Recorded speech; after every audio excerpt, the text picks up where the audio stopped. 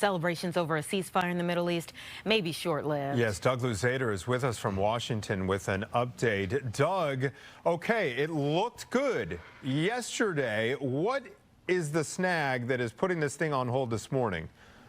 It's a complicated deal, and it may be kind of falling to its own weight here. And it may be that this is just a temporary setback, but this is, at its essence, an exchange deal. It's hostages in exchange for Palestinian prisoners, and then there would be a ceasefire agreement. And this would all happen in stages.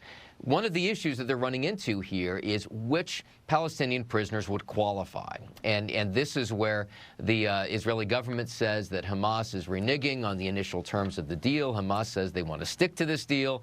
So it's not clear where it's going to head right now, but this comes just hours after President Biden kind of took a victory lap on this, saying that this was more or less settled. And ultimately, we have some issues that have cropped up here at the last minute. Yeah, and you kind of touched on what was going to be our second question here, because essentially President Biden and President-elect Donald Trump both took credit for it, saying, yeah, it's because of me, it's because of me. So who do we look at now?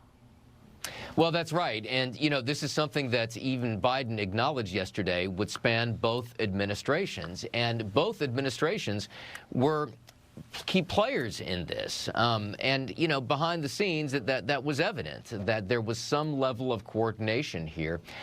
But, who's left holding the bag now that it may be falling apart? And look, it may be that they resolve this difference and then move on ahead with this kind of tiered approach where each side releases some individuals. But right now, the whole thing is on hold. If it doesn't resolve and it falls apart in its tracks here, any insight into what could happen? I know that certainly according to reports, Israeli military members, the morale seems to be deteriorating.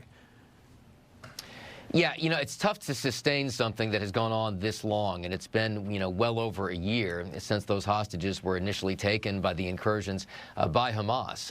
Now, President-elect Trump has indicated that if these hostages are not released by Monday, there would, in his words, be hell to pay.